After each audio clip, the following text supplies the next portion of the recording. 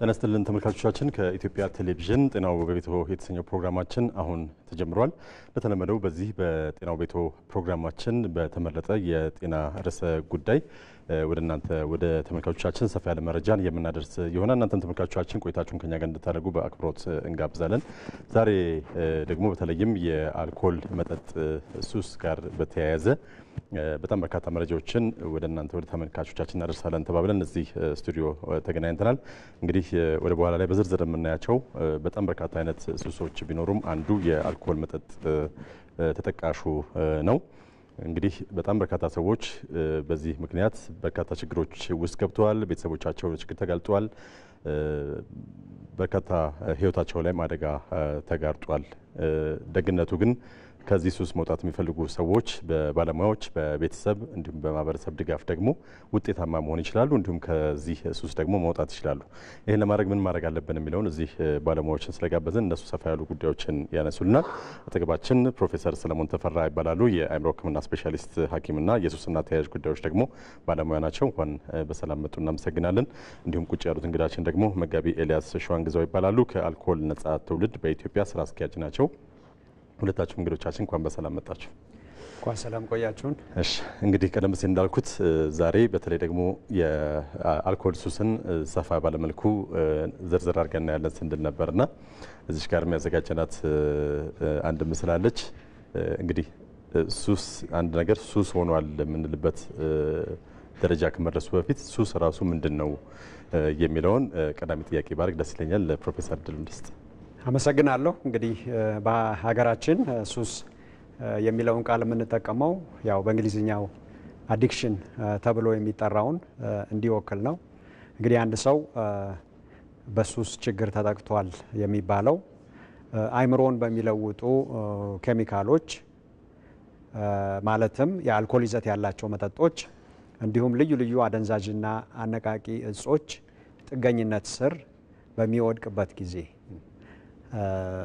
ህይወቱን እነዚህ ጥገኛ የሆነባቸው ኬሚካሎች ሲቆጣጠሩት ልዩ ልዩ አሉታዊ ተጽዕኖዎች ሲያስከትሉበት ያ ሰው በሱስ ጥገኝነት ስር ነው እንላለን። በእርግጥ ከኬሚካል ውጭ የሆኑ ሌሎች ሱሶችም አሉ፣ እነዚህ የባህሪ ሱሶች ተብለው የሚጠሩ ነገር ግን በዋናነት የሚታወቀው በተለይ የአልኮልና አደንዛዥና አነቃቂ እጾች ሱስ ነው ማለት ነው።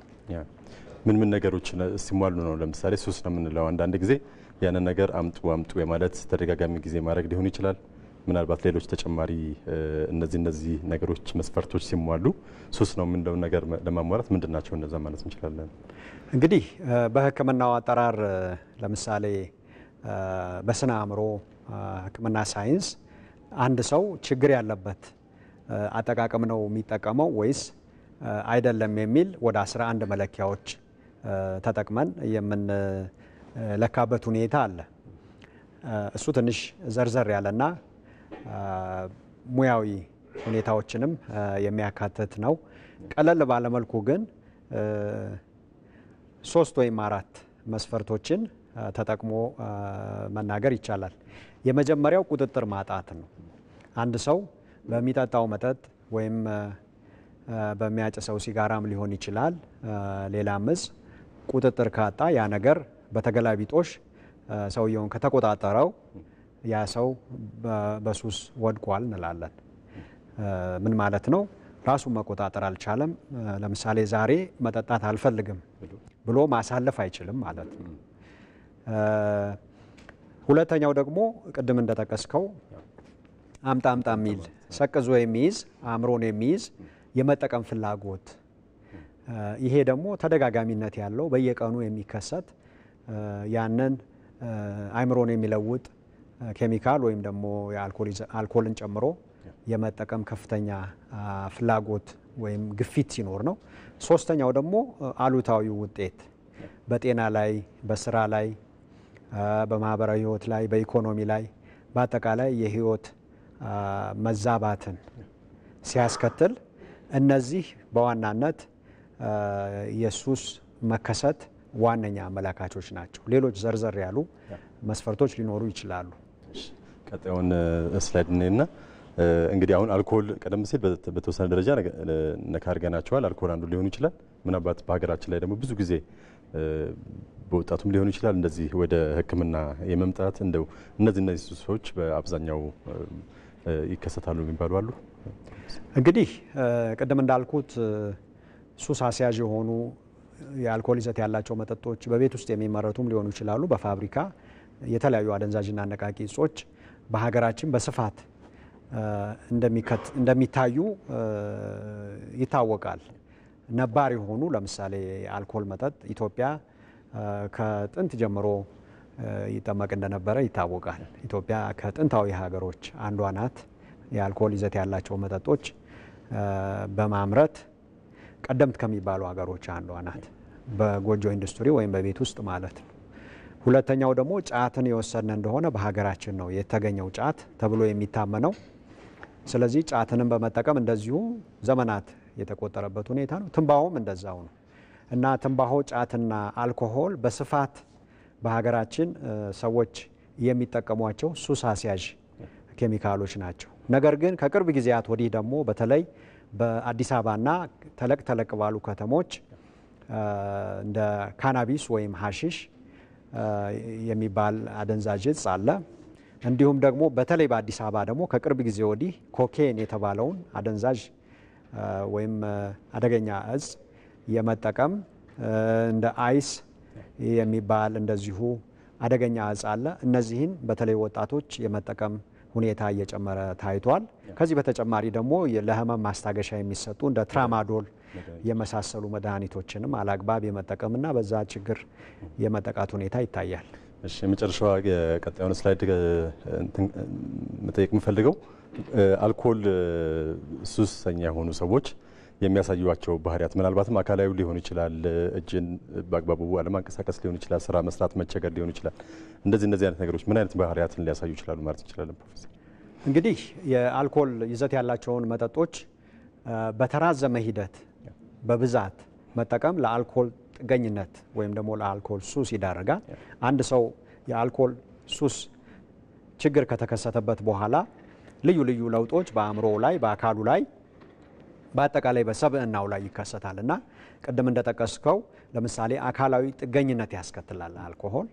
የአካላዊ ጥገኝነት መገለጫዎች አንዱ ምልክት የእጅ መንቀጥቀጥ ሊሆን ይችላል። ይሄ የአልኮል ሱስ ያላቸው ሰዎች ላይ ተዘውትሮ የሚታይ ነው። ከዚህ በተጨማሪ ግን ሰዎች በብዛት የማያዩት ከፍተኛ የሆነ ጭንቀት፣ የእንቅልፍ ማጣት፣ የስሜት መረበሽ፣ የድብርት ስሜት እና እንዲሁም ደግሞ የምግብ ፍላጎት ማጣት፣ የሰውነት ድካም፣ አጠቃላይ የውስጥ ሰውነት በከፍተኛ ሁኔታ መጎዳትን ጨምሮ ከፍተኛ ጉስቁልና የሚያስከትል ችግር ነው። እሺ፣ በጣም እናመሰግናለን። ቁጭ ብለን ደግሞ በጣም ዘርዘር ያሉ ጉዳዮችን እናያለን። እነዚህ የምናነሳቸው ጉዳዮች ደግሞ ቀደም ሲል ያልናቸው አልኮልን፣ መጠጥን አነሳን እንጂ ለአብዛኞቹ ሱሶችም መፍትሄ ሊሆኑ የሚችሉ በባለሙያ የሚመከሩ ጉዳዮችን ነው ዛሬ የምናነሳላችሁ። ስለዚህ እስከ ፍጻሜ ድረስ እንድትከታተሉ በአክብሮት እንጋብዛለን። ጤናው በቤቶ ፕሮግራማችንን መልእክቶችን ሰምተን ስንመለስ ሌሎች ጉዳዮችን እናነሳለን። አብራችሁን ቆዩ።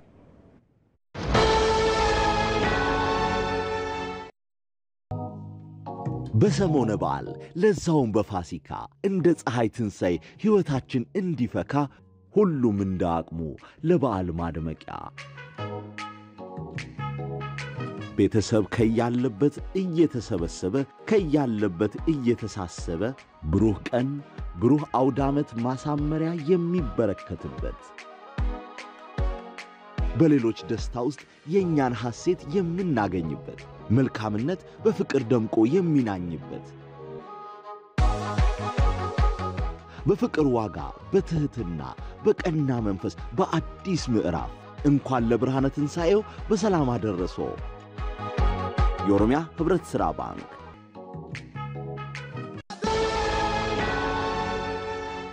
ተመልሰናል። ተመልካቾቻችን ጤናው ቤቶ ፕሮግራማችን ተከታተላችሁ የምትገኙት ቀደም ሲል እንግዲህ በተለይ አንድ ነገር ሱስ ሆኗል ምንለው መቼ ነው የሚለውና ሌሎች ጉዳዮችን ከፕሮፌሰር ጋር ወደ እናንተ ስናደርስ ቆይተናል። አሁንም ሰፋ ያሉ ጉዳዮችን እናነሳለን። ምናልባትም እናንተ ተመልካቾቻችን ደግሞ በየአላችሁበት ቦታ ሆናችሁ ተከታተሉ ከዚሁ ጋር የተያያዙ ጥያቄዎች ሊኖሯችሁ ይችላሉ ብዬ አስባለሁ። 0112704235 ላይ የደወላችሁ እዚሁ ስቱዲዮ እኛን ልታገኙ ትችላላችሁ። በድጋሚ አንድ ጊዜ ስልኩን አስተዋውቃችኋለሁ። 0112704235 ላይ እየደወላችሁ እዚህ ስቱዲዮ እኛን ልታገኙ ትችላላችሁ። ባለሙያዎችም ጥያቄዎችን ሊያብራሩላችሁ ይችላሉ ማለት ነው። እናመሰግናለን። እንግዲህ ቀደም ሲል የተወሰኑ ሀሳቦችን አንስተን ተመልሰናል። ከመጠጥና ከአልኮል ሱሰኝነት ጋር የተያያዙ ጉዳዮችን በሰፊው እናያለን ስላለን እንደው በሀገራችን ያለበት ደረጃ ምን ደረጃ ላይ ያለው የሚለውን ብናይ ደስ ይለኛል። ምናልባት የተደረጉ ጥናቶችም ካሉ ቀደም ሲል ደግሞ እኛም ከዚህ ከመግባታችን በፊት ስናወራ እንደነበረው ሱስ የሚለው ደረጃ ባሻገር በተለያየ መልኩ መጠጥን አቢዩዝ የሚያደርጉ ወይም ደግሞ አላግባብ የሚጠቀሙ ሰዎችም በአብዛኛው እንዳሉ ቀደም ሲል ሲያወሩን ስለነበር ስለሱ የተወሰኑ ነገሮችን እናውራ። ፕሮፌሰር የተወሰኑ ሀሳቦች አመሰግናለሁ። እንግዲህ በዓለም ሰሞን ስለሆነ የአልኮል ይዘት ያላቸው መጠጦች በቤት ውስጥ የሚጠመቁ እንዲሁም ደግሞ በፋብሪካ የሚመረቱ መጠጦችን አብዝቶ የማዘውተር ሁኔታ ይታያል። ይሄ በሀገራችን እንግዲህ ከጥንት ጀምሮ የተለመደ ነገር ነው። ቅድምም ጠቀስ እንዳረኩት እንግዲህ በኢትዮጵያ የአልኮል ይዘት ያላቸውን መጠጦች በተለይ በቤት ውስጥ ወይ በአነስተኛ በጎጆ ኢንዱስትሪ ደረጃ የማምረት ልምምድ ዘመናትን ያስቆጠረ ነው። በዚህ ምክንያት እንግዲህ የበዓላት ማድመቂያ እንዲሁም ደግሞ የማህበራዊ ህይወት የዝግጅቶች ማዳመቂያ ሆኖ የኖረ ነው። የአልኮል ይዘት ያላቸው መጠጦች በጠላ ሊሆን ይችላል፣ ጠጁ ሊሆን ይችላል። ከቅርብ ደግሞ ጊዜ ወዲህ ዘመናዊ በፋብሪካ የሚመረቱ መጠጦች በብዛት ይዘወተራሉ እና ይህ እንግዲህ በሀገራችን ብቻ ሳይሆን በመላው ዓለምም እንግዲህ መጠጥ ማህበራዊ ህይወት ውስጥ በደንብ ሰርጎ የገባ እና የማህበራዊ ህይወት አካል ሆኖ ያለ ነው። እንግዲህ በሀገራችን በተለይ በ2007 ዓመተ ምህረት የታተመ በሪፖርት መልክ ማለት ነው ወይም ደግሞ በፈረንጆቹ 2015 የዓለም ጤና ድርጅት የህብረተሰብ ጤና ኢንስቲትዩት ጤና ሚኒስቴር እንዲሁም ደግሞ ከአዲስ አበባ ዩኒቨርሲቲ የተውጣጣን የባለሙያዎች ቡድን እኔን ጨምሮ የተሳተፍንበት አገር አቀፍ ጥናት አድርገን ነበር። ያ ጥናት ስቴፕ ሰርቬይ ተብሎ ይጠራል። ወደ 10,000 የሚጠጉ ከሁሉም ክልሎች ወካይ የሆኑ እድሜያቸው ከ15 እስከ 65 ዓመት የሆኑ ዜጎች የተሳተፉበት ጥናት ነበረ። በዛ ጥናት ላይ እንግዲህ ቅድም እንዳልኩት ወካይ በሆነ ናሙና በተደረገው ጥናት ከተሳታፊዎቹ ግማሽ ያህሉ ወደ 50% የሚጠጉት የአልኮል ይዘት ያላቸውን መጠጦች ተጠቅመው እንደሚያውቁ ከነዛ ውስጥ ደግሞ እንግዲህ ወደ 40% የሚሆኑት ባለፈው አንድ ወር ጥናቱ በተደረገበት አንድ ወር ጊዜ ውስጥ ወደ ኋላ ሄዶ የአልኮል ይዘት ያላቸው መጠጦች ተጠቅመው እንደሚያውቁ ሪፖርት አድርገዋል። ስለዚህ ከ40 እስከ 50% የሚሆነው የሀገራችን ሕዝብ እንግዲህ ወካይ በሆነ ናሙና የአልኮል ይዘት ያላቸውን መጠጦች የመጠቀም ሁኔታ እንዳላቸው ሪፖርት አድርገዋል ማለት ነው። ይሄ እንግዲህ አጠቃላይ አንድ ብርጭቆም ወይም ግማሽ ጠርሙስም የቀመሰውን ሁሉንም የሚያካትት ነው። ነገር ግን ቅድም እንዳልኩት እንግዲህ ሱስ የምንለው በጣም የከፋው ጽንፍ የወጣው አይነት በየቀኑ ከጠዋት እስከ ማታ ወይም ደግሞ ሳያሰልሱ የአልኮል ይዘት ያላቸው መጠጦች መጠቀምን በዛ ውስጥ ጥገኛ መሆንን የሚያመለክተው ነው። ያ ምናልባት በጥናቱም እንደታየው ከ2 ከመቶ የማይበልጡ ናቸው ሱስ የሚለውን ቅድም ያልኩትን ጥገኝነት የሚያሟሉት። ነገር ግን 20 ከመቶ የሚሆኑት ወንዶች አልኮል ይዘት ያላቸው መጠጦች የሚጠጡ የሚወስዱት መጠን ጤናን በሚጎዳ አደገኛ መጠን ሃዛርደስ ድሪንኪንግ ወይም ደግሞ ሄቪ ኤፒሶዲክ ድሪንኪንግ አልፎ አልፎ የሚጠጡ ነገር ግን በከፍተኛ መጠን ጤናን በሚጎዳ ሁኔታ የሚጠጡ የሚለው ክፍል ውስጥ የሚካተቱ ናቸው። እንግዲህ ከወንዶች 20 ከመቶ ከሴቶች ደግሞ ወደ 3 ከመቶ የሚሆኑት ሴቶች ጤናን በሚጎዳ ሁኔታ አብዝተው የሚጠጡ እንደሆኑ በጥናቱ ለማየት ችለናል። ስለዚህ ሴቶችና ወንዶች ሲነጻጸሩ በተለይ የአልኮል ይዘት ያላቸውን መጠጦች አብዝተው የሚጠጡ ለአልኮል ጥገኝነት ወይም ለአልኮል ሱስ በከፍተኛ ደረጃ የሚዳረጉ ወንዶች መሆናቸውን በተለይ በጥናታችን ማየት ችለናል። ይሄ በሌላውም ዓለም በስፋት የሚታይ ነው። ስለዚህ ማየት ያለብን እንግዲህ አልፎ አልፎ በጣም በአነስተኛ መጠን ከሚጠጡት እስከ በየቀኑ የሚጠጡ የአልኮል ጥገኛ የሆኑ ሰዎች ያለውን የሚያካትት ነው ማለት ነው። እሺ ወደ መጋቤ ኤልያስ ልምጣና ከአልኮል ነጻ ኢትዮጵያ ከሀሳቡ እነሳና እንደው የችግሩን አሳሳቢነትስ እንዴት ቀደም ሲል በጥናት ላይ ተመስርተው ፕሮፌሰር መገለጹልን ነበር። የችግሩን አሳሳቢነት እንዴት ያዩት? ያው እንግዲህ አብዛኛው ነገር በጥናት ስለሚሰራ ምን ያህል ከፍተኛ ደረጃ እንደደረሰ ፕሮፌሰር ሲነግረን ነበር። ግን ከዛ ባለፈ ግን በቀን ተቀን ላይፋችን ውስጥ የምናየው ከባድ ችግር አሁን የሀገሪቷ ከባድ ችግር ነው ብዬ የማስበው አልኮል ነው እና ከቤት ጀምረህ እስከ መስሪያ ቤት እስከ ትምህርት ቤት እስከ መጠጥ ቤቶች ድረስ አልኮል ከሚባለው በላይ እንደውም አይተናቸው ማናቃቸው የአልኮል አይነቶች ሁሉ ከተማ ውስጥ ገብተዋል። ድሮ ለምሳሌ ካረቄ ጀምረ እስከ ቢራ አሁን አልፎ አልፎ የሜክሲኮ ከባባድ መጠጦች ወደዚህ ምድር ገብተዋል። ከዛ የተነሳ ስታይ ከተማ በከፍተኛ ጉዳት ውስጥ ወይም ደግሞ በከፍተኛ ችግር ውስጥ ያለ ይመስለኛል። ያው ለምሳሌ ለአንድ ሀገር እድገት እኮ ህዝብ ነው። ህዝብ ደግሞ ጤናማ ህዝብ ካልሆነ ነገ የምንገነባውን ሀገር የሚኖርበት ሰው አይኖርም። ከዚህ የተነሳ ስናየው አልኮል ለኢትዮጵያ ዋና ችግር ነው የሚል አስተሳሰብ ላይ ነው እኛ የደረስ ነው። እኛ በአብዛኛው የምንሰራው ማህበረሰቡን የማንቃት የአስተሳሰብ ለውጥ እያደረግን ነው የምንሰራው። ለዛ ነው ከአልኮል ነጻ ትውልድ በኢትዮጵያ የሚል የድርጅታችን ስም። ስለዚህ የመጀመሪያው አስተሳሰብ ላይ ነው የምንሰራው። ከዛ ደግሞ እየቀጠልን ስንሄድ በሱስ የተያዙ ሰዎችን ከሱስ የሚወጡበትን መንገድ እንፈልጋለን። ፕሮፌሰር ደግሞ ቅድም የተናገረው በጣም ትልቅ ነገር አለ። ይሄ 20% ህዝብ መካከለኛ ህዝብ ያለው ግን ራሱን ሱሰኛ ብሎ የማይጠራው ግን በጣም በመዝናናት ኃይል በሶሻል ላይፍ ውስጥ በሙሉ ኃይል በጣም በከፍተኛ የኢኮኖሚ ፍሰት አልኮል ምድሪቷ ላይ ወይም ከተማ ውስጥ እየተጠጣ ነው ያለው።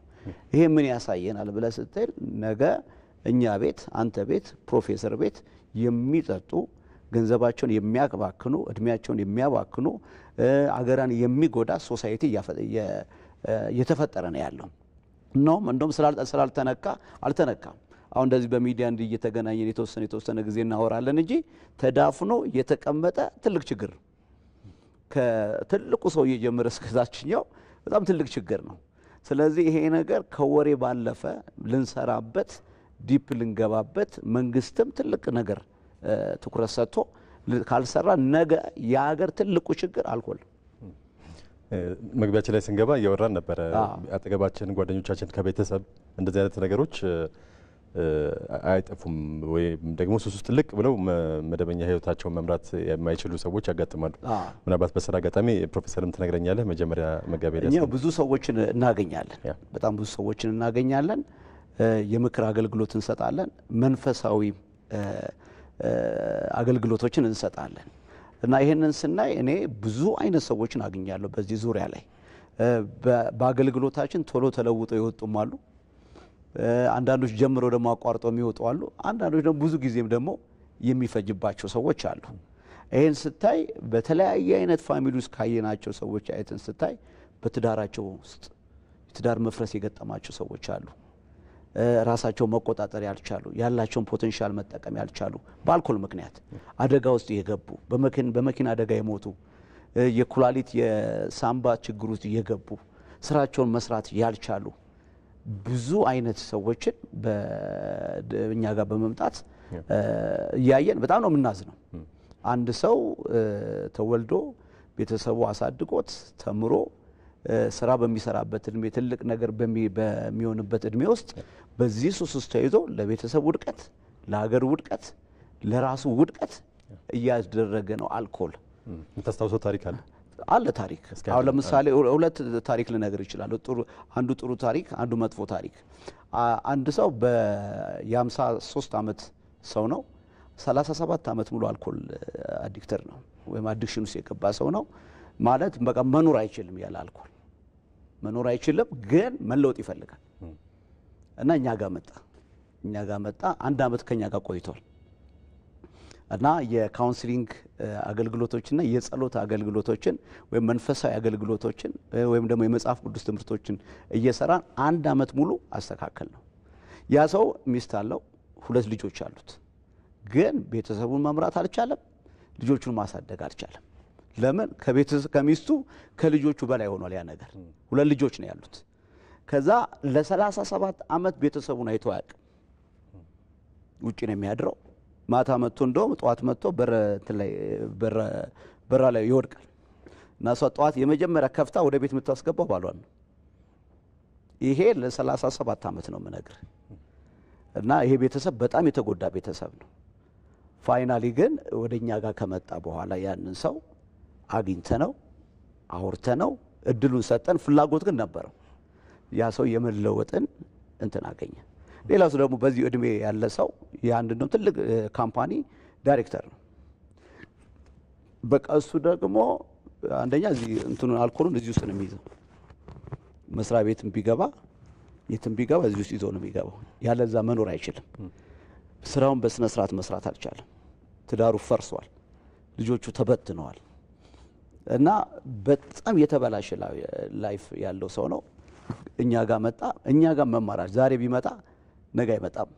ነገ ቢመጣ ምንም እንትን ልናደርገው አንችልም እና በዚህ የተነሳ ሰውየው የማይለወጥበት ደረጃ ላይ የደረሰና የተማረ ሰው ነው። ለሀገር የሚጠቅም ሰው ነው። ለቤተሰቡ የሚጠቅም ሰው ነው። ግን ይህንም ባለማድረጉ ምክንያት ቤተሰቡ ተበትኗል። መስሪያ ቤቱ ተጎድቷል። ሀገር ተጎድቷል። ከዚህ በላይ ምን ውድቀት አለ? ይሄ ምልህ በትልቅ እድሜ ላይ ያሉ ብዙ ወጣቶች ግን ከ13 ዓመት ጀምሮ ቅድም ፕሮፌሰር እንዳለው በጣም ብዙ ወጣቶች እንደውም እንደ ፋሽን እንደ ጥሩ ነገር ይዘውት በጣም ብዙ ትልቅ ችግር ውስጥ ገብተናል። ፕሮፌሰር በስራ አጋጣሚ እንግዲህ አንተ የሪሃብ ውስጥ እንደዚህ እንዲያገግሙ የማገዝ ስራዎችን ለረጅም ጊዜ ሲሰራ እንደነበር ስለማቅ እንደውም አትረሳቸው ታሪኮች እንዲሁም ደግሞ ለማገገም የሚፈልጉ ሰዎች የሚከብዷቸው እነዚህ ነገሮች ናቸው የምትላቸው ነገሮች አሉ? የምታስታውሰው ታሪክ ካለ ብነግረን ደስ ይላል። አመሰግናለሁ። እንግዲህ እኔ አጠቃላይ በአእምሮ ሕክምና ዘርፍ ውስጥ ወደ 20 ዓመት ቆይቻለሁ። ከዛ ውስጥ 13 ዓመት የሚሆነውን ከአዲክሽን ጋር ተያይዞ ነው ስሰራ የቆየሁት። ቅድም እንደጠቀስከው በግልም ሬናሰንት የተባለ የአእምሮ ጤናና የሱስ ተሃድሶ ማዕከል አቋቁሜ እዛ አገልግሎት እየሰጠሁ ነው።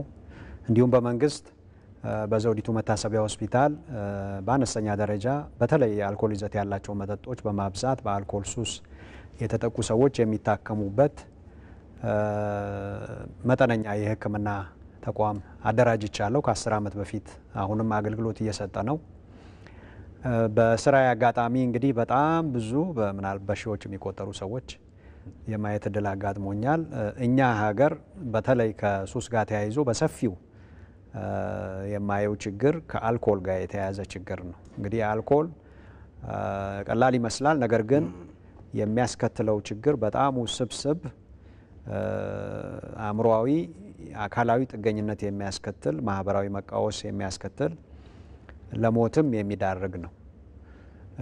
የሚያሳዝኑ ታሪኮች አሉ። የስኬት ታሪኮችም በጣም በርካታ አሉ። በተለይ በሕክምና ተረድተው ሪሃቢሊቴሽን ሴንተር ወይም የተሃድሶ ማዕከል ገብተው ከአልኮል ሱስ ፍጹም ነፃ ሆነው ስኬታማና ደስተኛ ህይወት እየመሩ ያሉ በእኛ አገልግሎት ያለፉ ሰዎች አሉ። እንደው ከሚያሳዝነው ታሪክ ብጀምር የዘውዲቱን የሕክምና አገልግሎት ተኝተው የሚታከሙበትን የዛሬ 10 ዓመት አካባቢ እንዳቋቋምኩኝ መጀመሪያ ያስተኛ ነው ህመምተኛ የህግ ባለሙያና በዳኝነትም ከፍተኛ ፖዚሽን የነበረው ጎልማሳ ነበረ፣ በ50ዎቹ የሚገኝ እና ከፍተኛ ደረጃ የነበረው ሰው ግን በአልኮል ጥገኝነት ምክንያት ስራውንም መስራት ተቸግሮ በሱ ምክንያትም ደግሞ ጉበቱም ትንሽ ተጎድቶ ነው እኛ ጋር የመጣው እና የመጀመሪያ ታካሚ እሱ ነበረ። አስተኝተን እንግዲህ የአልኮል ጥገኛ የሆነ ሰው አልኮል ካላገኘ ሰውነቱ ይንቀጠቀጣል። ሻይ እንኳን ወይም ውሃ መጠጣት አይችልም። ኢቭን የመጀመሪያዎቹን 1 መለኪያ 2 መለኪያ መጠጦች ወደ አፉ አድርሶ መጠጣትም አይችልም። ሌሎች ሰዎች ናቸው የሚያስጎነጩት ማለት ነው። እና እንደዛ አይነት ችግርም አለባቸው። ሰውነታቸው ይንቀጠቀጣል፣ ይጨነቃሉ፣ እንቅልፍ አይተኙም፣ ይረበሻሉ፣ ምግብ አይበሉም። በዚህ ምክንያት ያንን ሁኔታ የሚያረጋጋ በመድኃኒት የታገዘ ሕክምና ያስፈልጋቸዋል። እኛ መጀመሪያ የምናደርገው በመድኃኒት ለ1 ሳምንት ቢያንስ ያንን ሁኔታ የማረጋጋት እና ራሳቸውን እንዲቆጣጠሩ፣ እንቅልፍ እንዲተኙ፣ ምግብ እንዲበሉ እና ከዚህ ከዊዝድሮዋል ብለን ከምንጠራው ሁኔታ እንዲወጡ የማገዝ ነው እና ቅድም ለጠቀስኩልህ ተገልጋይ ሕክምና ያደረግንለት በጥሩ ሁኔታ ከአልኮል ሱሱም ነፃ ሆነ። እኛም ጋር በተወሰነ እንደዚሁ እየተመላለሰም እየተከታተል ነው። ለሕክምናም ወደ ጥቁር አንበሳ ሪፈር አድርገነው ነበር። ነገር ግን በተለይ በአልኮል ምክንያት የደረሰበት የጉበት ጉዳት ከፍተኛ ስለነበረ ህይወቱ እንዳለፈ ሰማሁና ይሄ በጣም ካሳዘነኝ ታሪክ አንዱ ነው እና በ50ዎቹ መጀመሪያ ላይ ያለ ሰው በከፍተኛ የዳኝነት ስራ ላይ አገሩን ያገለግል የነበረና ወደፊትም ሊያገለግል ይችል የነበረ ሰው በዛ እድሜው በአልኮል ምክንያት ለሞት ሲዳረግ አይቻለሁ።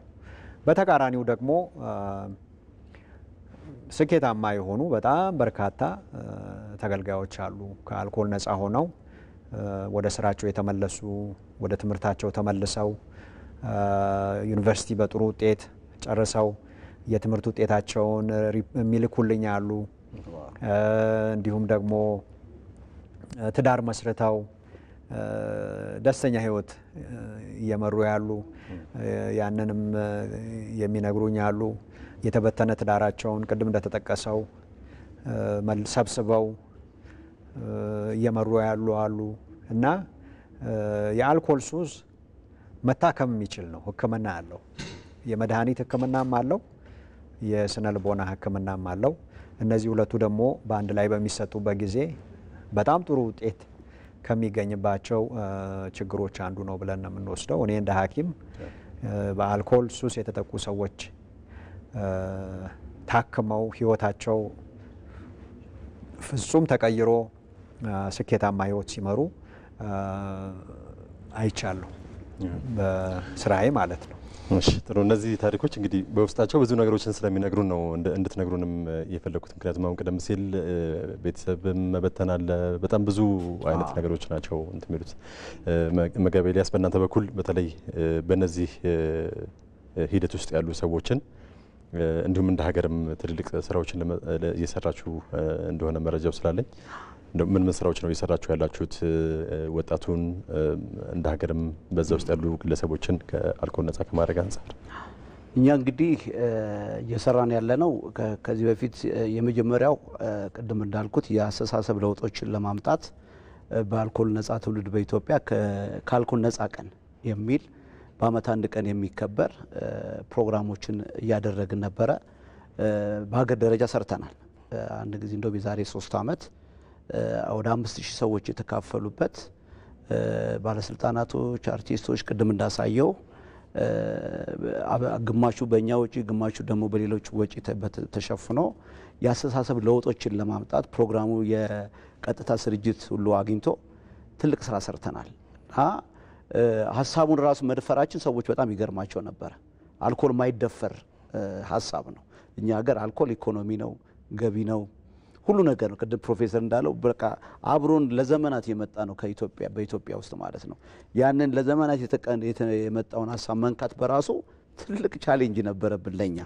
ግን ያው ቪዥነሪ ስትሆን ወይ ደግሞ ልቡ ሲኖረ ያንን ነገር ለመቀየር ትነሳለህ። ስለዚህ የመጀመሪያ እናደርግ የነበረው ከወጣቶች ጀምረን እስከ ትላልቅ ሰዎች የሚሳተፉበት ያስተሳሰብ ለውጥ ከአልኮል ነፃ ቀን ያስፈልጋል።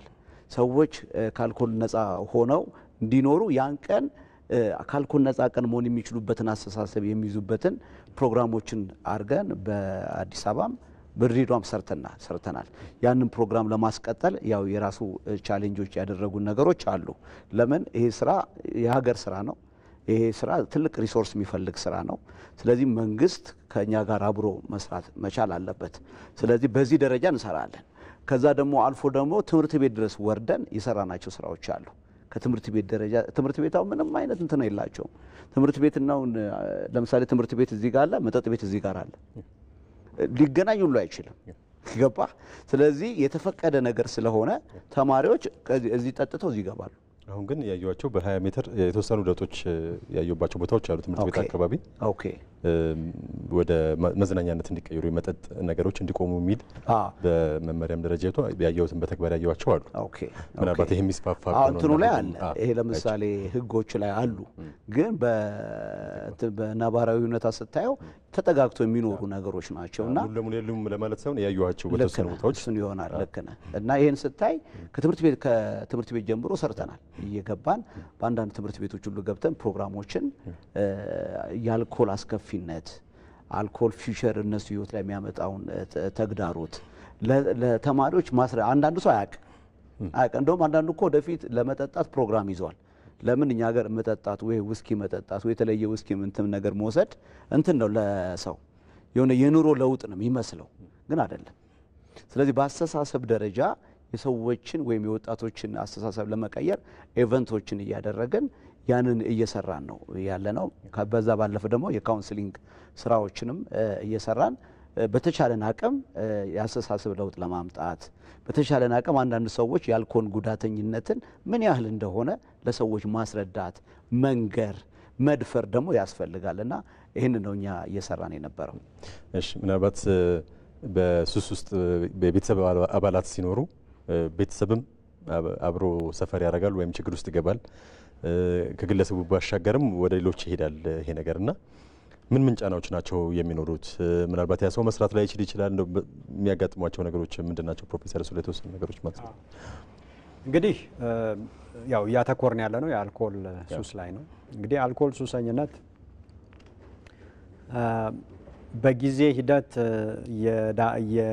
ያገነገነ እየጠነከረ የሚመጣ ነገር ነው እና ሲጀመር ምናልባት እንደ ማህበራዊ ጠጭነት ወይ እንደ ጨዋታ ከጓደኛ ጋር ከስራ በኋላ ወይ ደግሞ እየተባለ ለበዓላት ለዝግጅት እየተባለ ይጀመርና አንዳንድ ሰዎች እንግዲህ ሁሉም መጠጥ የሚጠጣ ሰው የአልኮል ሱሰኛ አይሆንም።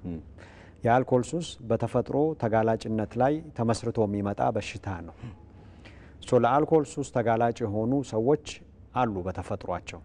ለዚህ ነው ቅድም ከጠቀስኩት ለምሳሌ ከመቶ ሰዎች የአልኮል ይዘት ያላቸውን መጠጦች ከሚጠጡ ሁለት በሀገራችን እንዳየነው ወደ 2 ሰዎች አካባቢ ከመቶ ሰው 2 ሰው ወይ ደግሞ በአንዳንድ ሀገሮች እስከ 5 ከመቶ ያህል የሚሆኑት ናቸው እንግዲህ አልኮሆሊክስ ብለን የምንጠራውን ስያሜ የሚይዙት ማለት ነው። ወይ አልኮሊዝም ተብሎ የሚጠራ ስያሜም አለው። እንደ በሽታ እንግዲህ አልኮሊዝም ተብሎ ተሰይሞ የአእምሮ ህመም ነው ተብሎ የተሰየመው ማለት ነው። እና በዚህ ህመም የተጠቁ ሰዎች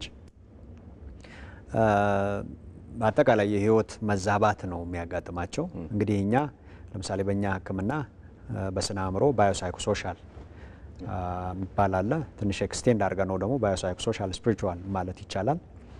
አንድ ሰው ባዮሎጂካል አካላዊ ማንነት አለው፣ ስነ ልቦናዊ ደግሞ የአእምሮ ማንነት አለው። ሶስተኛው ደግሞ ማህበራዊ ማንነት አለው። ስራ፣ ቤተሰብ፣ ፋይናንስ አለ፣ ማህበራዊ ህይወት አለ። እነዚህ ማህበራዊ ቅቡልነት አለ። እነዚህ ሶሻል ወይም ደግሞ ማህበራዊ የምንለው አለ። አራተኛው ደግሞ መንፈሳዊ የሚባለው እንግዲህ እንደ እምነቱ ሰው እምነት ይኖረዋል በዛ የሚንቀሳቀስበት። እነዚህን አመዛዝኖ ለመሄድ ነው እንግዲህ ሚዛን ጠብቆ ለመሄድ እሺ ይቅርታ አቋረጥኩ ፕሮፌሰር ተመልካች እንዳላቆይ ብዬ ነው መለስበታለሁ እዚህ ጉዳይ ላይ ሄሎ ጤና ይስጥልን ሰላም እንዴት ናችሁ አለን እንተዋወቅ ማን ነበር ከየት ነው የሚደውሉልን እኔ ቤዛ እባላለሁ ከአዲስ አበባ እዚህ ቦሌ አራብሳ ነኝ እሺ ጥያቄ አስተያየት ካለሽ መቀጠል ትችያለሽ አስተያየት ነው ያለኝ አሁን ያደረጋችሁ ያሉት እየተነጋገራችሁ ያላችሁት ነገር እጅግ በጣም ነው ደስ ያለኝ ትውልዱን ልትታደጉ የተነሳችሁ ነው መሰለኝ ትውልዱ በጣም ጠፍቷል አንድ ኤግዛምፕል ብሰጣችሁ ከሰሞኑ አሁን 40 አልፏል ታላቅ እህት ሞታኝ ወደ ኮልፌ ሉካንዳ አካባቢ ሄጄ ነበርና እዛ ሊያስተዛዝኑ ነው የሚባለው ማታ ሊያማሹን የመጡ የወጣት ወንዶች ልጆች ናቸው እናታቸው የሞተችባቸው እነሱ ጋር ነበርኩኝ ሰሞኑን ማታ የመጡ ወጣት ወንዶች ልጆች እንደው እድሜ ትልቅ እድሜ ብሰጣቸው እንደው በቃ ከ20 እስከ 30 ቢሆኑ ነው ከዛ አይበልጡ ሁሉም በአጠቃላይ ምሽቱን አረቄ ጠጭ እኔ ጉድ ነው ያልኩት በቃ አረቄ የማይጠጣ ወጣት የሰፈሩ ወጣት የለም ድፍን ወጣቱ አረቄ ጠጭ ነው እና እሱ ብቻ አይደለም እኔ በኋላ የኛን ቤት ልጅ የህቴ ልጅ እዛ ስለነበረ መከታተል ጀመርኩ ሁለት ወጣት ወንዶች ልጆች አሉ የኛ ልጆች ማለት ነው መከታተል ጀመርኩኝ ስከታተል እዛ ሰፈር ውስጥ ቪላ ግቢ ነው የያዘችው አንዷ እዛ ቪላ ግቢ ውስጥ ዝም ብዬ ሄድኩኝ የቃለ ማምጣት ምናምን ብዬ ሄድኩኝ እዛ ግቢ ስከታተለው ልጁ ማለት ነው ግቢ ውስጥ ወደ 30 ወጣቶች ይሆናሉ ምሽቱን እስከ እኩለ ሌሊት ድረስ ነው እዛ ከምሽት ማምሻ ከስራ ይወጣሉ ግማሾቹ ስራ ያላቸው ናቸው ግማሾቹ ስራ የላቸው እዛ ገብተው እኩለ ሌሊት ነው ወደ የቤቶቻቸው የሚገቡት ልጆች በሙሉ ወጣት ናቸው የሚጠጡት አረቄ ነው እና በቃ በጣም ነው ያዘንኩት ትውልዱ እየሞተ ነው እየጠፋ ነው ቅድም ማን እንደተናገረ አላውቅም እየሰማሁ ነበር ይሄ የምንገነባው የምንሰራው ይሄ የሁሉ የሚታየው ነገር ለማን ነው እኛ ኦሬዲ እድሜ በእንትን አትሊስት እንኳን ኖረናል አሁን ለትውልድ ለልጆቻችን ነው የምንሰራው የሚታየው ነገር ማለት ነው እነሱ ባረቄ በመጠጥ ከሞቱብን ለማን ነው ይሄ ሌላ ዜጋ ሌላ ሀገር ነው መጥቶ ይሄንን ሁሉ የሚኖርበት ትውልዳችንን በቃ ትውልዱን እያጣናቸው ነው በመጠጥ እና በተለያየ ቆሻሻ ነገር እያጣን ነው ትውልዱን እና እኔ ቅድም እንትን ይቅርታ ስማቸውን በደንብ ስላላያስኩኝ ነው አንዳቸው ምንድነው ያሉት በየትምህርት ቤት አካባቢ መጠጦች ምናምን ይሄ ነገር በየትምህርት ቤቱ ነው በየሰፈሩ ሺሻ ጫት ተሰብስበው ጫታቸውን ይዘው ጥርሳቸው ሰውነታቸው መነመነ ከሰውነት ተራሪ ወጡት ወጣቶቹ አቅም እንኳን የላቸውም ስራ ቦታ ገብተው ስራ ቦታ ኢቭን እንኳን መኪና እየነዱ አቁሞ መኪና ቦታ አቁሞ መጠጥ ገብቶ ፉት እያለ ጫት እየቃመ ነው ታክሲ የሚነዳው ትራፊኮቹ ግን እያዩ ዝም ነው የሚሉት ጫት በአፉ እየያዘ ነው መጠጥ ሳክሮ ድብን ብሎ በቃ ጦዞ ነው ታክሲ የሚነዳው እነዚህ ሁሉ መታየት አለባቸውና ትውልዳችንን እያጣናቸው ነው በቃ ትውልዱን እያጣን ነው እና በየሰፈሩ የሚደረገው ነገር መንግስት በቃ አክሽን የሆነ ነገር መንግስት ሊያይ በየሰፈሩ መከታተል አለበት እንደውም በአንድ ወቅት አስተውሳለሁ ሎንግ ታይም ባክ ሺሻ እንደዚህ ምንድነው ከአረብ ሀገር የመጣ ነገር ነው እንዲጠርሙስ ነገር እንደሚነፋ ነገር ስሙን አላውቀው ሴቶች የሚያጨስ እንደ ጭስ ነገር ነው የሚጨስ በጠርሙስ ነገር የሚወጣ ጭስ ነው ከአረብ ሀገር የመጣ ነገር ነው መንግስት እነሱን እያሳደደ በየቤቱ እንትን እያለ ነበር እያሰረ በየቤቱ በየሰፈሩ አሁንም ይሄ ነገር መደገም አለበት በቃ መፈተሽ በየሰፈሩ ትውልዱ የት ነው የሚውለው ወጣቱ የት ነው የሚውለው የሚለው ነገር በየሰፈሩ መፈተሽ አለበት እና አመሰግናለሁ በጣም ጥሩ ሀሳብ ነው ያነሱት እሺ እናመሰግናለን በጣም መልካም ምሽት ነው እኔም አመሰግናለሁ እሺ እንግዲህ በጣም ሲሪየስ የሆኑ ትልልቅ ሀሳቦችን ያነሱት ተመልካቻችን ምናልባት በዚህ ላይ ሪያክት ማድረግ የምትፈልጉ ከሆነ እድሉን ሰጣችኋለሁ ቀደም ፕሮፌሰርና አቋርጬ ስለነበረ አንድ ሰው የአካላዊ ማህበራዊ የራሱ ማንነቶች የሚገነቡበት ነገሮች አሉ ብለን ነበር ጫናዎቹ ልክ ነው እነዚህ አራቱ መሰረቶቻችን ወይም ምሰሶዎቻችን ማለት ይቻላል አካላዊ ምሰሶ አለን ስነልቦናዊ ወይም ደግሞ አእምሮ አለን ማህበራዊ ደግሞ መሰረት አለን ምሰሶ አለን ሌላው ደግሞ መንፈሳዊ ነው እንግዲህ ይሄ ሰው በተፈጥሮ በእነዚህ አራት ምሰሶዎች የቆመ ነው ተብሎ ነው የሚታመነው የአልኮል ይዘት ያላቸው መጠጦች አብዝቶ በሚጠጣበትና በአልኮል ሱስ በሚጠቃበት ጊዜ እነዚህ አራቱም የቆመባቸው ምሰሶዎች ናቸው የሚዛቡት አካላዊ ጤንነቱ ይቃወሳል። አልኮል እንግዲህ ከ200 በላይ የሚሆኑ በሽታዎችን ያስከትላል። አላግባብ በብዛት በተከታታይ በሚወሰድበት ጊዜ ቅድም እንደጠቀስኩት ካንሰርን ጨምሮ የልብ በሽታን ጨምሮ የደም ግፊት እና ልዩ ልዩ የጤና ችግሮችን በማስከተል ይታወቃል። ከ200 በላይ ይሄ እንግዲህ የዓለም ጤና ድርጅትም ጭምር በሪፖርቱ ያካተተው ነው። የበሽታ ጫና በሰው ልጅ ላይ ከሚያመጡ ጉዳዮች በዋናነት የሚጠቀሰው አልኮሆል ነው። በዓለም ላይ ራሱ ዲዚዝ በርደን ከምንለው ውስጥ እንደ ሪስክ ፋክተር ወይ ደግሞ አጋላጭ ለበሽታ አጋላጭ ተብለው ከተጠቀሱ ለሰው ልጅ ተብለው ከተጠቀሱት አንዱና ዋነኛው አልኮሆል ነው። ስለዚህ ቅድም እንዳልኩት አካላዊ ጤንነትን ያዛባል፣ ልዩ ልዩ የአእምሮ ጤና ችግሮችን ያስከትላል ወይም ለዛ ያጋልጣል። በሶስተኛ ደረጃ ደግሞ ማህበራዊ መቃወስን ያስከትላል። ከስራ ውጭ ያደርጋል፣ ከትምህርት ውጭ ያደርጋል፣ ትዳር ያፈርሳል፣ ኢኮኖሚን ያቃውሳል፣ ማህበራዊ ቅቡልነትን ክብርንም ደግሞ ያዋርዳል። በአራተኛ ደረጃ ደግሞ መንፈሳዊ ህይወትን ያዛባል። ምክንያቱም በልዩ ልዩ የእምነት መጽሐፍት እንደተጠቀሰው በአልኮል ምክንያት የሚመጣ ችግርን የሚደግፍ ምንም አይነት እምነት የለም። በዚህ ምክንያት ከእምነትም ጋር የመጋጨት ሁኔታን ያስከትላል። ስለዚህ አጠቃላይ የህይወት መቃወስን ያስከትላል፣ ያለ እድሜ መሞትንም ጭምር ያስከትላል በሚለው መያዝ ይቻላል። እሺ፣ በጣም እናመሰግናለን። እንግዲህ በጣም ደስ የሚሉ ሀሳቦች እየተነሱ ነው። መልእክቶች እንዳለ የተነገረኝ ነው። መልእክቶችን ሰምተን እንመለስና ደግሞ ወደ አነሳናቸው ሌሎች ጉዳዮች እንሄዳለን። አብራችሁ ቆዩ።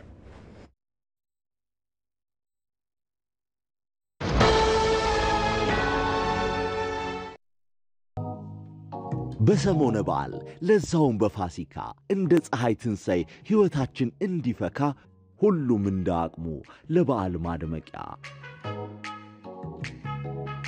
ቤተሰብ ከያለበት እየተሰበሰበ ከያለበት እየተሳሰበ ብሩህ ቀን ብሩህ አውደ ዓመት ማሳመሪያ የሚበረከትበት በሌሎች ደስታ ውስጥ የእኛን ሐሴት የምናገኝበት መልካምነት በፍቅር ደምቆ የሚናኝበት በፍቅር ዋጋ በትህትና በቀና መንፈስ በአዲስ ምዕራፍ እንኳን ለብርሃነ ትንሣኤው በሰላም አደረሶ። የኦሮሚያ ህብረት ሥራ ባንክ። ተመልሰናል ተመልካቾቻችን። ጤናው ቤቶ ፕሮግራማችን እየታተላችሁ ትገኛላችሁ። ዛሬ በተለይም ደግሞ የአልኮል መጠጥ ሱስን በተመለከተ ሰፋ ያለ መረጃ ወደ እናንተ ተመልካቾቻችን እያደረስን እንገኛለን። እንግዶቻችንም እዚህ እንግዲህ ሰፋ ያለ ሀሳብ እያነሱልን ይገኛሉ። ቀደም ሲል አንድ ተመልካቻችን ያነሱልን ነገር ነበረ። በተለይ ወጣቶች አካባቢ አሁን እየተስተዋለ ያለው ነገር በጣም ከባድ ነው የሚል ነገር አንስተው ነበር። እዛ ላይ የተወሰኑ ሀሳቦች የሚጨምረው ካለ መጋቤ ለሳስ። በጣም የሚገርም አሁን የደወለችዋ ሴት ትልቅ ሀሳብ ነው ያነሳቸው። በአስፈሪ ነው ሪያሊቲውን ስናይ ወርደህ ትምህርት ቤትም ይሁን በየሰፈር ውስጥም ይሁን በምናልፍበት መንገድ የምናያቸው ነገሮች ከሚባለው በላይ ሰው በጣም የአልኮል ወይም ደግሞ እሷ እንዳለችው የእሷን ቃል በወስድ አረቄ በጣም የሚጠጣበት ሀገር ሆኗል ሀገሩ ከትንሽ እስከ ትልቅ እና እንትኑ ማህበረሰቡ የሚያወራበትን ቦታ ስላላገኘ ነው እንጂ ሁሉ ሰው በተለይ እናትና አባት በጣም በብዙ አይነት ጩኸትና ኃይል ሊያወሩ ይችላሉ። እንደዚህ አይነት መድረክ ባለመኖራቸው ምክንያት ነው ያልሰማ ነው እንጂ ከፍተኛ ለቅሶና ከፍተኛ ችግር አለ። ወጣቶች በየሰፈሩ ትምህርት ቤቶች ውስጥ አልኮል በጣም ባረቄ ደረጃ እየተጠጣ ነው ያለው። ይሄ ምን አድርጓል? ተማሪዎች ትምህርታቸውን እንዳይማሩ ሆኗል። በስነ ስርዓት ትምህርት ቤት ገብተው ተምረው የሚጠበቅባቸውን ኃላፊነት ሳይወጡ እያየን ነው። ወጣቶች ደግሞ ስራ ያላቸው ቀደም እንዳለችው ስራ ያለውም የሌለውም ሰፈር ውስጥ ቁጭ ብሎ አረቄ እየጠጣ ነው። በጣም አረቄ እየጠጣ። ይሄ ምን ያሳያል? አንደኛ ስራ ፈትነትን ያበዛል። ሁለተኛ የብዙ ወጣቶች ጉልበት ይበላል። ሶስተኛ ደግሞ ከተጠጣ በኋላ ለተለያዩ አይነት ወንጀሎች ለተለያዩ አይነት ችግሮች አብዛኛውን ከተማ ውስጥ ለምሳሌ የተፈጠሩትን ችግሮች ምንጫቸውን ብታየው አልኮል ነው። ብዙ ወጣቶች ደግሞ አይተኮን ራይድ የሚሰሩ ሹፍርና የሚሰሩ ታክሲ የሚሰሩ ባስ የሚሰሩ ሰዎች ስታያቸው አደጋ በጣም ብዙ አደጋ አለ በከተማ ውስጥ። የዛ ሁሉ አደጋ ችግር ደግሞ ምንድነው ብለህ ብትጠይቅ ከጀርባው አልኮል ከጀርባው አረቄ ነው። ይሄን ስታይ ከፍተኛ ችግር አለ። ወጣቶች በአጭር እድሜያቸው እየተቀጩ ነው። በጣም ወጣቶች ተስፋ እየቆረጡ ነው። ሰፈር ውስጥ እንደውም ቅድም ያለችው በጣም ወጣቶች እየመነመኑ ነው አለ። ፊዚካሊ እንኳን በጣም ብዙ ወጣት የማይሆን እየሆነ ነው። እውነቴን ነው የምነግርህ፣ የማይሆን እየሆነ ነው። ይሄ ምንድነው የሚያሳየው?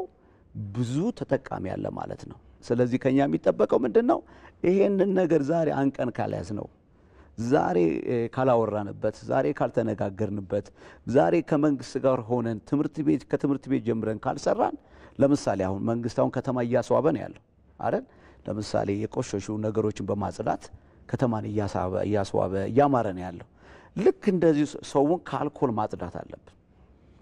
ከአልኮል አስተሳሰቡ ማጽዳት አለብን። አለበለዚያ በዚህ ባማረ ከተማ ውስጥ ምን አይነት ሰው ነው የሚኖረው? ገባ? ምን አይነት ሰው ነው የሚኖረው? ስለዚህ ፊውቸር ኢትዮጵያን እየተገነባ ያለው ለፊውቸር ኢትዮጵያ አይደል? ስለዚህ ፊውቸር ኢትዮጵያ ደግሞ ህዝቡ ነው፣ ቤቱ አይደለም፣ ከተማው አይደለም። ስለዚህ ህዝቡ ላይ፣ ልጆች ላይ፣ ወጣቶች ላይ፣ ተማሪዎች ላይ፣ እናትና አባት ላይ መስራት መቻል አለብን። ከዛ በጣም በዋናነት ተጎጂ ደግሞ እናትና አባቶች ናቸው። ቤተሰብ እናቶች ያለቅሳሉ። የልጅ የመጨረሻ እንዳያስተውት አይችሉም። ከዛስ የገንዘብ ደግሞ ከየት ነው የሚወሰደው? ከቤተሰብ ነው። ከዛ ቤተሰብ ደግሞ ገንዘብ ከሌለውስ ምን ይደረጋል? ወይ ወንጀል ይሰራል፣ ወይ ይሰረቃል፣ ወይ ምን ይደረጋል? ያ ካልተቻለስ ነፍስ ወደ ማጥፋት ይኬዳል። እና ይሄ በትንሹ የምናወራው ወሬ አይደለም። ኦሬዲ ሌቭሉ ቅድም ፕሮፌሰርም ብሏል፣ ሌቭሉ ከፍ ብሏል። ልክ አሁን ኢትዮጵያ ድህነት ነው ምናምን ይባላል አይደል? በጣም ከባድ ድህነት ያመጣል አልኮል፣ ከባድ ድህነት ያመጣልና ቶሎ ብለን ይሄንን ነገር ላይ ጊዜ ተወስዶ እናንተም ባላችሁ ሙያ ኢቲቪም ባለው ስቴጅ ትላልቅ ነገሮችን እየተዘጋጁ ሰው ማውራት አለበት፣ መነጋገር አለበት። አልፎ ተርፎ በተግባር ወደ ስራ ተገብቶ ይሄን ነገር ምንከላከልበትና ቶሎ ብለን ምንይዘው ነገር መሆን አለበት ብዬ ነው ማምነው። እሺ፣ ወደ ድጋፎቹ እንምጣ ፕሮፌሰር። እንደዚህ አይነት ሰዎች ሱስ ራሱን የቻለ ህመም ነው ሲሉ ሰምቻለሁ። ህመም ነው። ወላጅ ቤተሰብ አቅራቢ ያለ ሰው ደግሞ ልክ እንደ ህመም ሳይሆን አይ እሱ እኮ እንደዚህ በቃ ብሎ ቀለል አድርጎ የማየት አይነት ነገሮች ብዙ ጊዜ ይስተዋላሉ።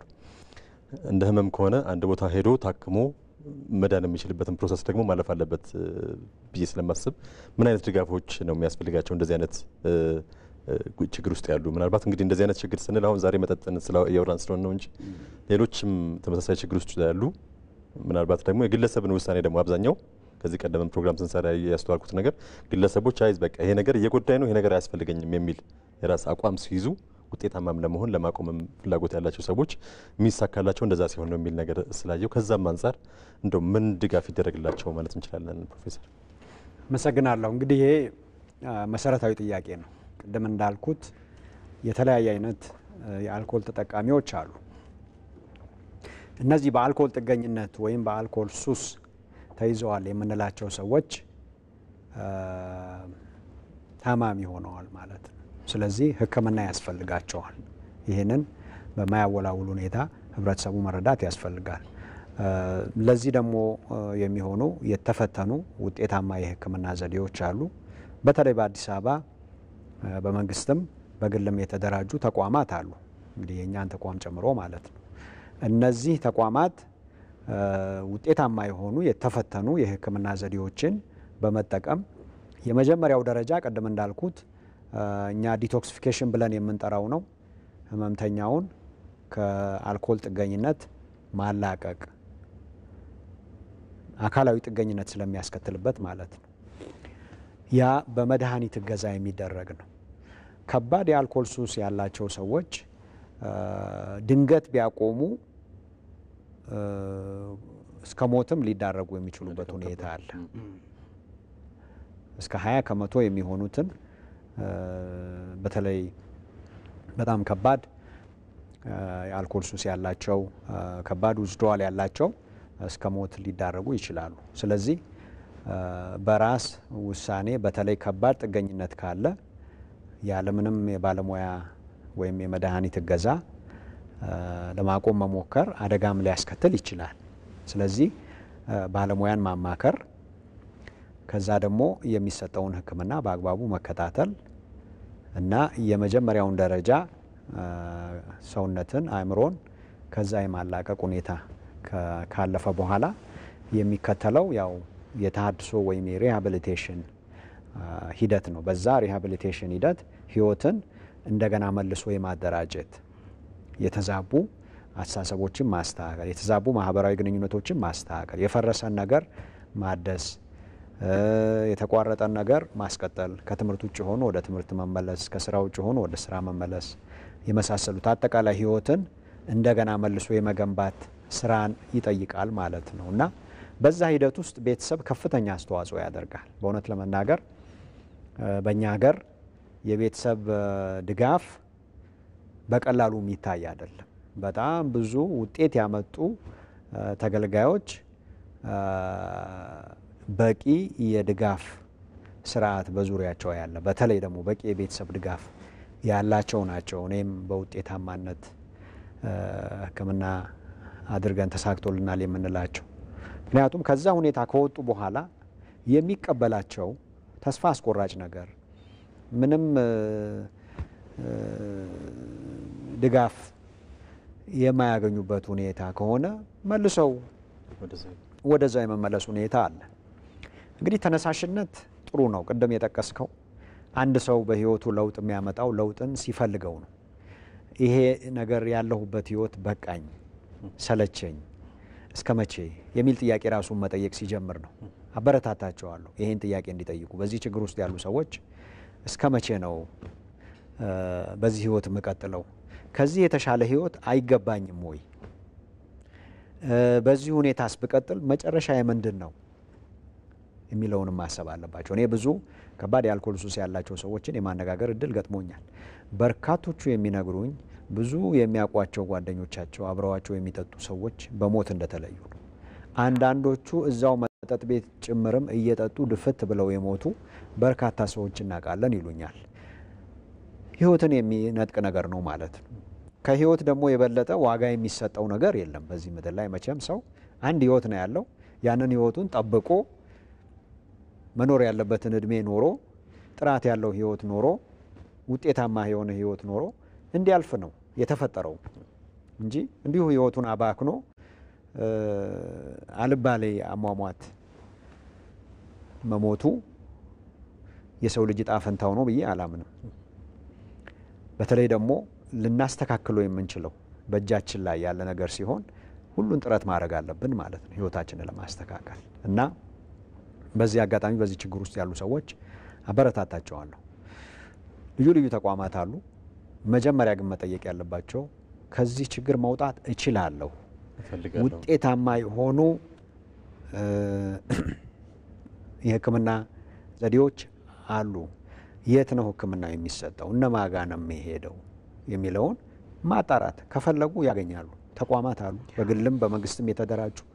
አንድ ጊዜ ከዛ ሰውነታቸውን ካላቀቁ አይምሯቸውን ካላቀቁ በኋላ ደግሞ እነሱ የሚያደርጉት ጥረት ነው ነፃ ሆነው እንዲሆኑ እንዲቀጥሉ የሚያደርጋቸው። ወደ ኋላ መለስ ካሉ መንሸራተት ይኖራል፣ ማገርሸት ይኖራል። አሁን ብዙ ጊዜ ሰዎች ሱስ አንድ ጊዜ ከተከሰተ በኋላ መልሶ መላልሶ ያገረሻል ይላሉ። ይሄ በተወሰነ መልኩ እውነትነት አለው። ነገር ግን ጥረት ያደረጉ ሰዎች ለምሳሌ ቅርብ ጊዜ ያነበብኩት አንድ ጥናት አሜሪካን ሀገር የተሰራ ነው። ምን ያህል ጊዜ ሞክራችሁ ነው የተሳካላችሁ ወይም ደግሞ ለረጅም ጊዜ ከሱስ ነፃ ሆናችሁ መቆየት የቻላችሁ ተብለው ወደ 2000 በላይ የሚሆኑ ሰዎች ተጠየቁ። ከሱስ ነፃ የሆኑ ከ2000 ውስጥ 1000 በላይ የሚሆኑት ከ1 እስከ 2 ሙከራ አድርገን ነው የተሳካልን። አንድ ጊዜ ሞክረው በዛው ነፃ ሆነው የቀሩ አሉ። 2 ጊዜ ሞክረው ከዛ በኋላ ለረጅም ጊዜ ነፃ ሆነው መቆየት የቻሉ አሉ። ስለዚህ ተስፋ መቁረጥ የለባቸው የሚለው ስለዚህ ይቻላል የሚለው መንፈስ የሚሰጥ ነው። ሌሎቹም ደግሞ 1000 በላይ ደግሞ የሚሆኑት ሌሎቹ ከ3 ጊዜ እስከ 100 ጊዜ ሞክረን ነው የተሳካልን ያሉም አሉ። ከዚህ የምንረዳው ምንድነው? ቀላል ቁጥር የሌላቸው በአንድ ጊዜ ሙከራ ወይም በሁለት ጊዜ ሙከራም ሊላቀቁት ይችላሉ። በአንድ ጊዜ በሁለት ጊዜ ደግሞ ያልተላቀቁት ተደጋጋሚ ሙከራ ማድረግ አለባቸው። ተስፋ ሳይቆርጡ መላቀቅ እችላለሁ፣ አንዴ ባይሳካልኝ ሁለተኛ ባይሳካልኝ በሶስተኛ ያሉ ተስፋ ሳይቆርጡ መታገል አለባቸው። መጨረሻ ላይ ያሸንፉታል። ይሄ በሳይንስም በጥናትም የተደገፈ ነው ማለት ነው። ወደ መጋቢ ኤልያስ ልምጣና እንደው በበቂ ሁኔታ አሁን ቀደም ሲል ፕሮፌሰር የሚያነሷቸው ነገሮች አሉ። የግልም ይሁን የመንግስት እንደዚህ ሰዎች ይሄ ችግር አለብኝ እዚህ ቦታ መሄድ አለብኝ ወይም ይሄን ሕክምና ላገኝ ሲሉ እንደው እናንተ የተለያዩ ጥናቶችም ስታደርጉ እንደነበር ስለነገሩኝ በበቂ ሁኔታ አሉ ማለት እንችላለን ወይ? እነዚህ አይነት የሕክምና የማገገሚያ ቦታዎች ማለት ነው። ያው በበቂ ሁኔታ አሉ፣ ግን በበቂ ሁኔታ አለ ተብሎ አይታመንም። እኛ ሀገር በጣም የተደራጀ ከችግሩ አንጻር ለችግሩ የሚመጥን ወይም ለተፈጠረው አደጋ የሚመጥን ነገር አለ ብለን አናምንም። እኔ አሁን ብዙ አይቻለሁ። በመንግስት ደረጃም ያሉ የሪሃቢሊቴሽን ሴንተሮች፣ በግል ደረጃም ያሉ አሉ።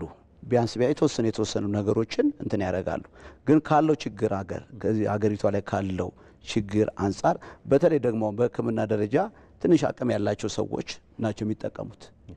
ትንሽ ገንዘብ መክፈል የሚችሉ ሰዎች ሄደው ቅድም ፕሮፌሰር እንዳሉ ጥሩ ቤተሰብ ያላቸው ቢደግፏቸው ሰዎች ያለው ሄደው ሪሃቢሊቴሽን ሴንተር ክፍያውም ትንሽ ከፍ ያለ ነው።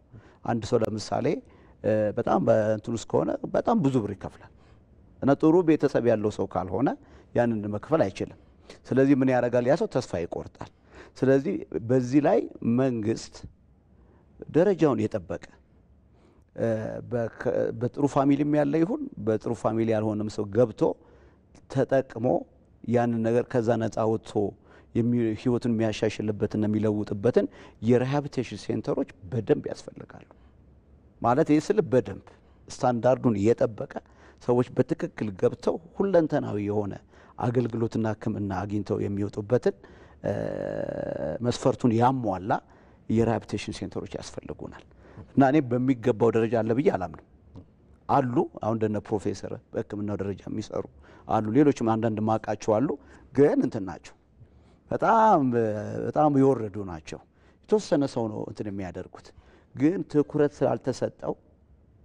ስላልተሰጠው ለተፈጠረው ችግር ለተያዘው ህዝብ ተብሎ የተደረገ ነገር ስለሌለ በበቂ ደረጃ የለም። ይሄ የሚያሳየው ምንድነው? ለዚህ ነገር መንግስትም ሆነ ማህበረሰቡ የሰጠው ትኩረት ነው። ከእንደገና የሚፈልገው ሪሶርስ ትልቅ ነው። በግለሰብ ደረጃ የሚቻል ነገር አይደለም። መንግስት ብዙ ኢንቨስት ማድረግ መቻል አለበት ማለት ነው። ለምሳሌ ምን ማለት መሰላው 2% ቅድም ፕሮፌሰር እንዳለን በሱስ ደረጃ ውስጥ ያሉ 2%ዎች ናቸው።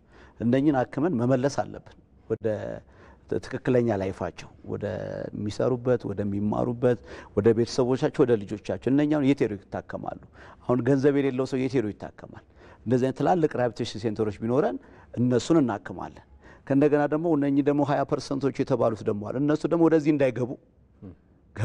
እንዳይገቡ ደግሞ እነሱን ካውንስል በማድረግና በማስተማር ደግሞ ትጠብቃቸዋል።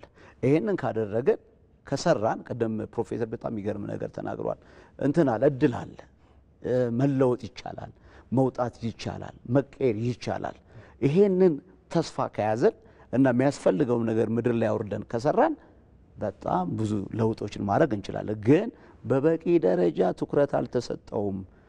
የለም ምንም አይነት የሪሃቢሊቴሽን ሴንተር ለተፈጠረው ችግር ላለው ችግር የሚመጥን ነገር የለም። ስለዚህ መስራት አለብን የሚል አስተሳሰብ ነው ያለኝ።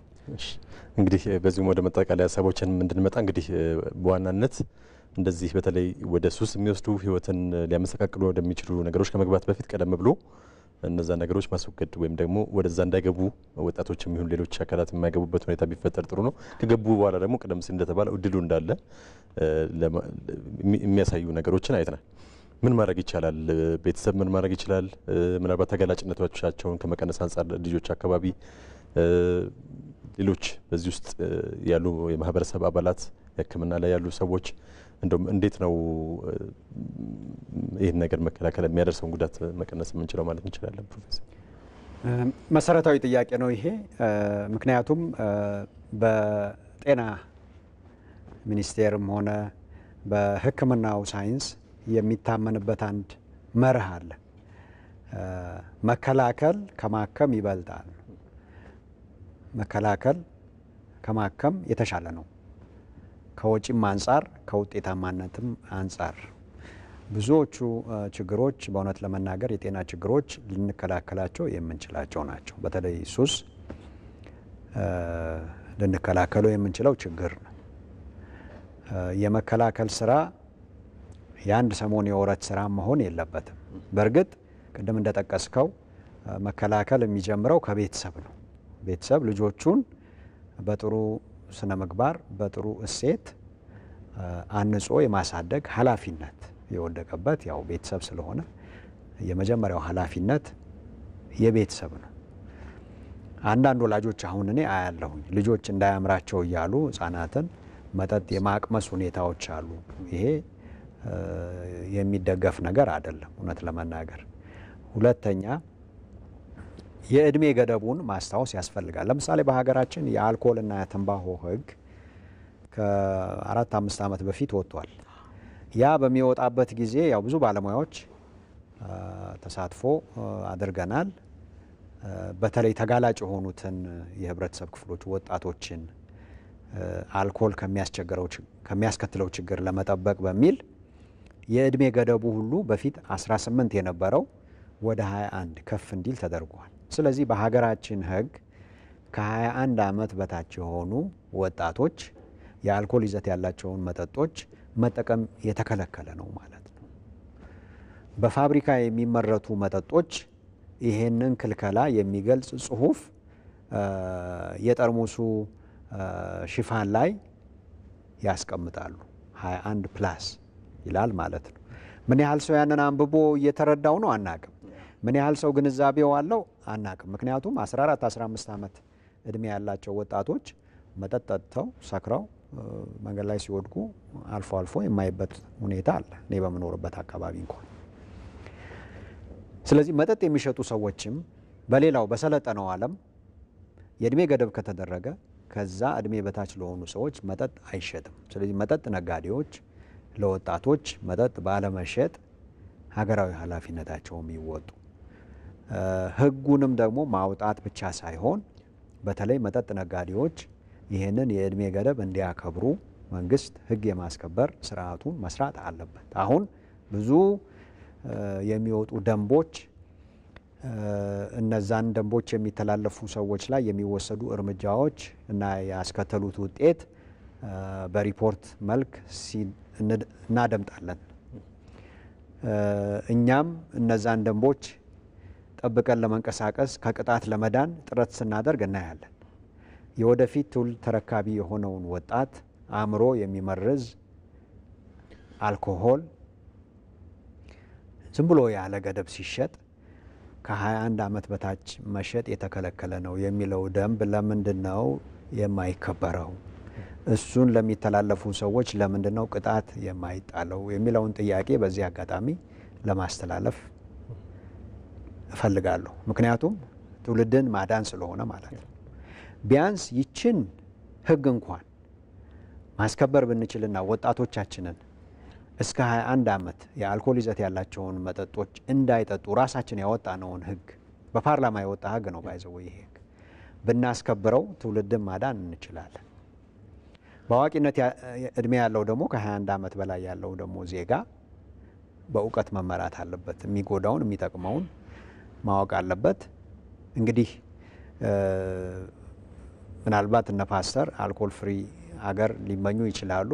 እኔ ደግሞ ፕራግማቲክ ነኝ። ምን ማለት ነው?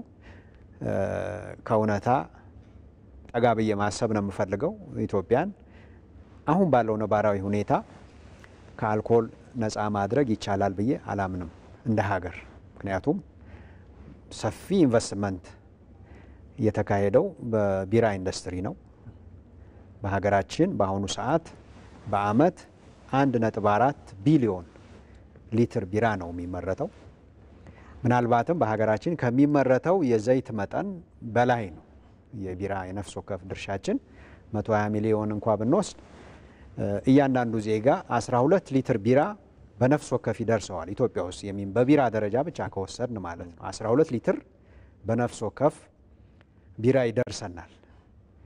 ይሄ በ2000 ዓመተ ምህረት እንደ ፈረንጅ አቆጣጠር የኢትዮጵያ አጠቃላይ የቢራ ምርት 100 ሚሊዮን ሊትር ብቻ ነበር። ሚዲያ ላይ የወጣ ሪፖርት ነው ይሄንን ማቀርበው።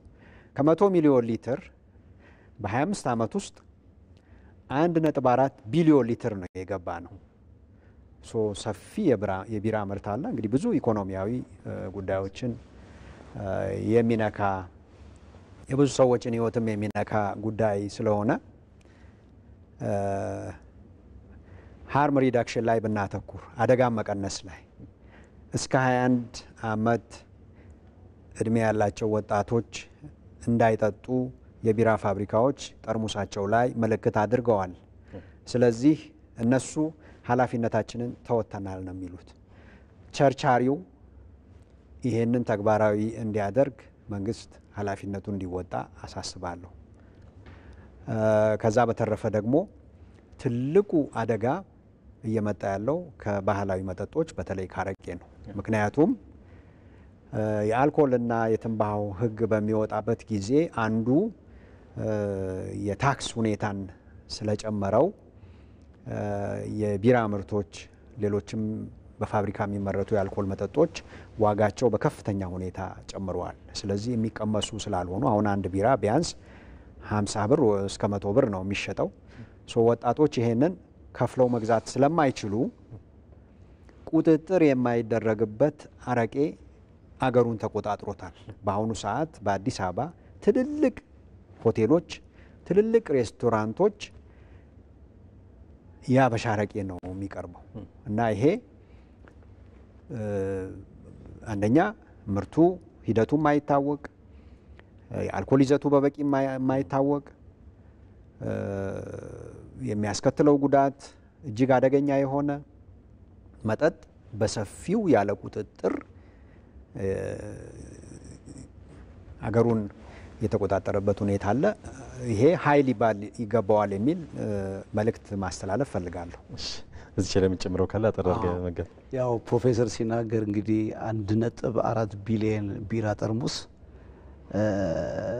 ሲሆን ምን ያህል ከፍተኛ ገንዘብ እንግዲህ ለምሳሌ አንድ ጠርሙስ 100 ብር ቢሆን ኦሬዲ ከ140 ቢሊዮን ብር ደረጃ በዚህ ኢንዱስትሪ ውስጥ ይንቀሳቀሳል ማለት ነው። እኛ አንድ ጊዜ የምናሰብን አንዳንድ የመንግስት አካላትንም ለማዋራት ሞክረናል። እነኛው ከሪሃብ ሴንተሮች ከመስራት አንጻር የቢራ ፋብሪካዎች መስራት አለባቸው። ይሄን የሪሃብ ሴንተር እነሱ ናቸው ችግሩን ያመጡት፣ ከአንድ ጠርሙስ 1 ብር መስጠት አለባቸው የሚል አስተሳሰብን አምጥተን አንዳንድ ፕሮጀክቶችን ለመንግስት ሰዎችም ለማሳየት ሞክረናል።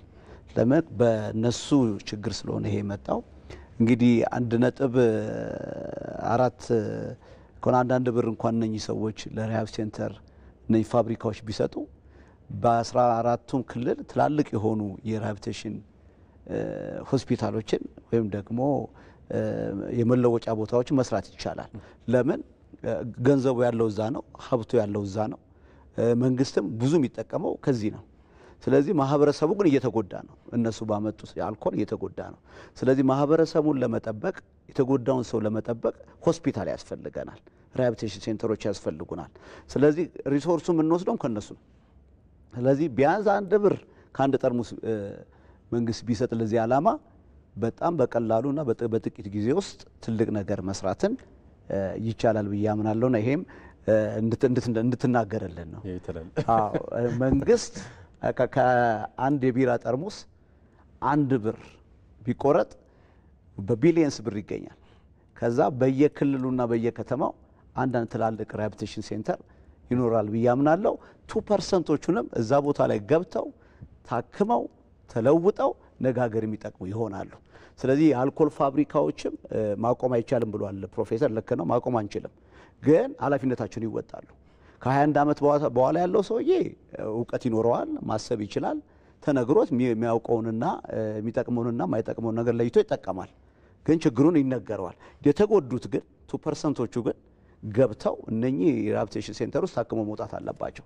ስለዚህ የቢራ ኢንዱስትሪዎች ይሄንን በማድረግ ተቆራጭ በማድረግ ሆስፒታል ወይም ደግሞ ሪሃቢሊቴሽን ሴንተር መሰራት አለበት የሚል ሐሳብ አለኝ። አመሰግናለሁ። ጥሩ ሐሳቦች እንያነሳ ነው። ምናልባት መነሳት ነበረበት ብታነሳው ይሄንን ሚስ ማድረግ የለብንም የምትለው ካለ ፕሮፌሰር በጣም አጠር አድርገህ የመጨረሻ ዕድል ስጥና እናበቃለን።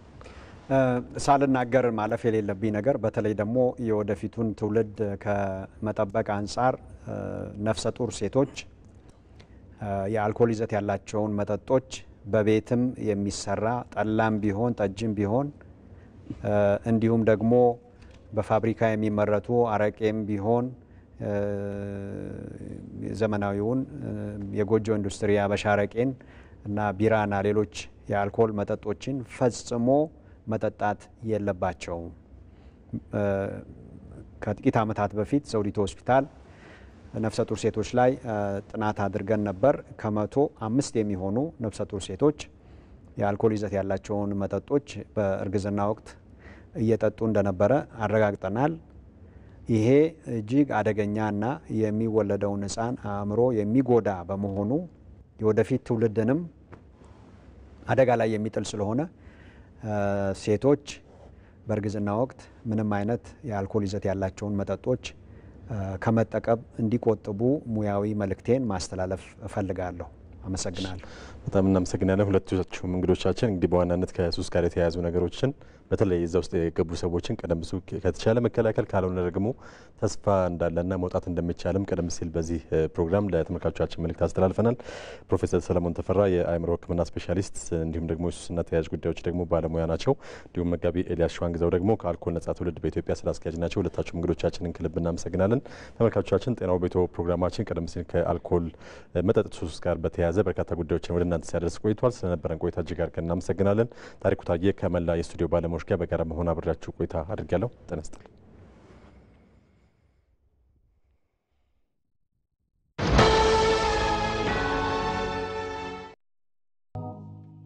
በሰሞነ በዓል ለዛውም በፋሲካ እንደ ፀሐይ ትንሣኤ ሕይወታችን እንዲፈካ ሁሉም እንደ አቅሙ ለበዓል ማድመቂያ ቤተሰብ ከያለበት እየተሰበሰበ ከያለበት እየተሳሰበ ብሩህ ቀን ብሩህ አውደ ዓመት ማሳመሪያ የሚበረከትበት